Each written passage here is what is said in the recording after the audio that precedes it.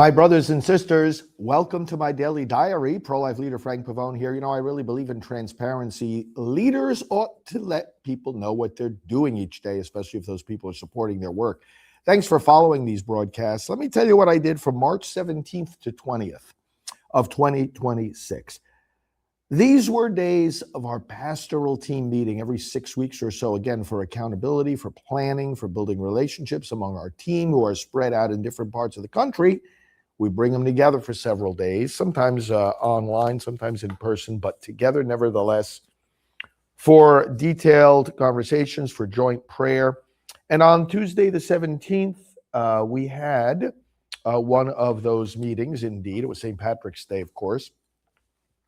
I actually started early in the morning with work here in my office, sitting at my desk and looking at things such as the clergy outreach that we're doing, the May newsletter, the new nuncio that has been appointed, the Pope's personal representative in the United States, reaching out to him. We know him already.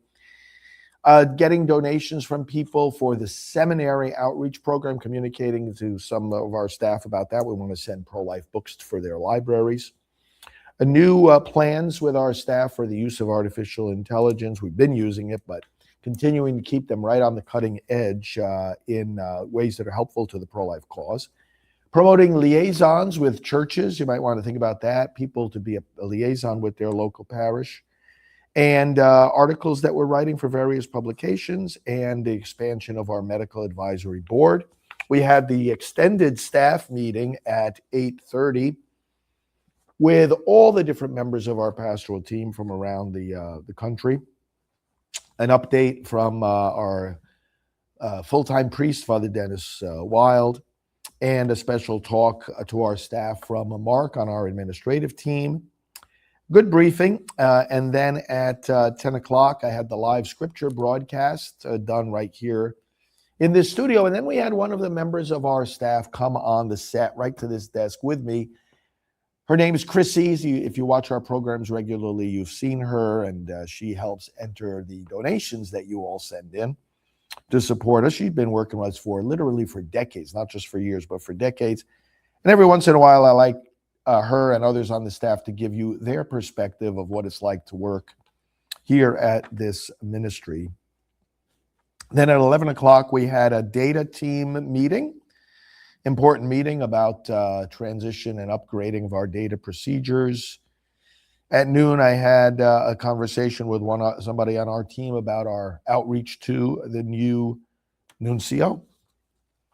Continued with various work at my desk and in preparation for in conjunction with the rest of the staff. Did some more tapings here in the studio. Like at 3:45, I taped the Praying for America program. And then at 4:30, I had an administrative conference call about some of the important projects and outreaches that we're doing, and then just continued working at my desk and here in the office the rest of that day. The pastoral team meeting continued in depth on Wednesday, the 18th, after some early morning work, dealing with things at my desk, what took my time and my attention. A board that I'm on for a nonprofit philanthropy group that helps a lot of pro-life organizations, or some pro-life organizations. The travelogue, approval of that publication that we send out.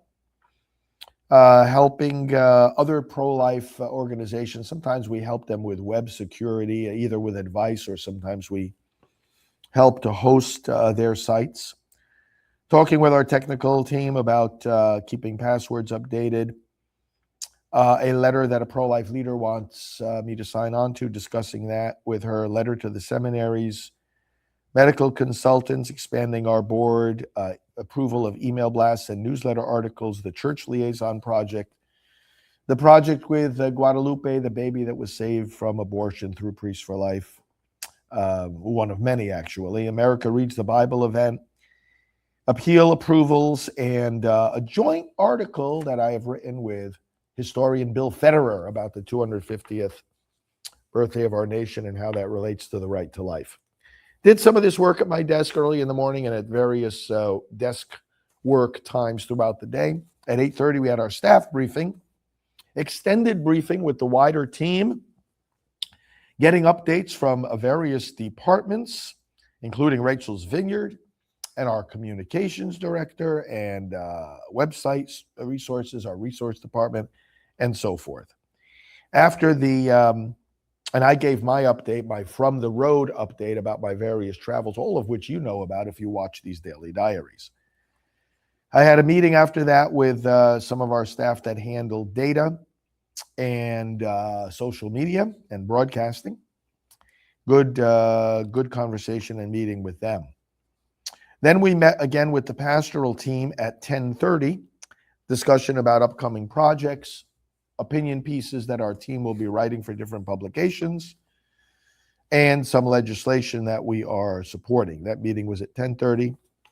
We had our lunch breaks. After lunch, we had a 2:00 meeting with our executive director and the executive director over at Rachel's Vineyard.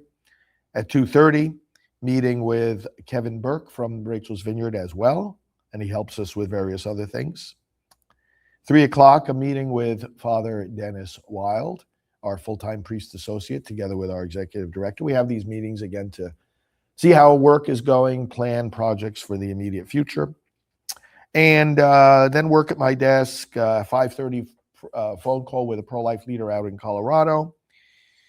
Did some quiet evening work, and then at 8:00, hopped on and conducted our national election training call with various people that join on that from around the nation. It's always encouraging to see them. That went for a little over an hour, and then it was time for bed. Thursday, the 19th of March. So our pastoral team meetings had concluded at this point. So it was just a busy day of office work. Some of the things at my desk involved this wacko Senate candidate from Texas, Tallarico. He thinks the Bible, encourages baby killing. I don't know what planet he comes from. Communication about our new nuncio again. Communication with our friends over at Wall Builders. I'll be speaking for their clergy conference. I was preparing for that. At the time of this taping, I have already done that, but that's what I was working on. Our prospecting project, mailing to potential new donors. That's always a necessary thing. And communication with Bishop Aubrey Shines, with whom I'll be doing some more joint broadcasts. Had after the staff briefing, had a 9:30 meeting with our fundraising manager and with another member of our administration, just doing some good planning and keeping things moving forward. Live scripture reflection broadcast at 10 a.m. At 10:45, hopped over down the street to the chiropractor, got a good adjustment there. At 11:30, had a meeting about various upcoming projects with our website manager, and that was very fruitful. Had some lunch, interacted with staff. 2:00, I had a personal call with had my brother and one of the attorneys that's helping us with my mom's estate. 2:30, meeting with one of our video editors, very productive once again. 4:00, a meeting with our communications director about articles we're sending out far and wide. More work at my desk. Dinner, and then a 7:30 p.m. conference call with our social media and video coordinator and this evangelical Bishop Aubrey Shines, with whom I'll be doing a joint podcast. We'll be telling you more about that as time goes on. And then Friday, the 20th of March, what did I do that day? Got up early, was doing work at my desk. Data transition of procedures. Day of the Unborn Child coming up, did promotion of that. Preparation for that podcast I just told you about with Bishop Shines. Data transition, I mentioned that our new nuncio, the joint article with Bill Federer, and more promotion and preparation for that. Had the Scripture Live broadcast at 10 o'clock right here from the studio. And then an interview, which I taped for Bishop Shines for his program. And then the rest of the day was quiet desk work and interaction with the staff, all into the evening as well. And those were the days from Tuesday the 17th through Friday the 20th of March, 2026. Hope your days are fruitful in work for the Lord and for the unborn. God bless you, and we'll talk to you soon. Hello, this is Abby Johnson of Unplanned the Movie.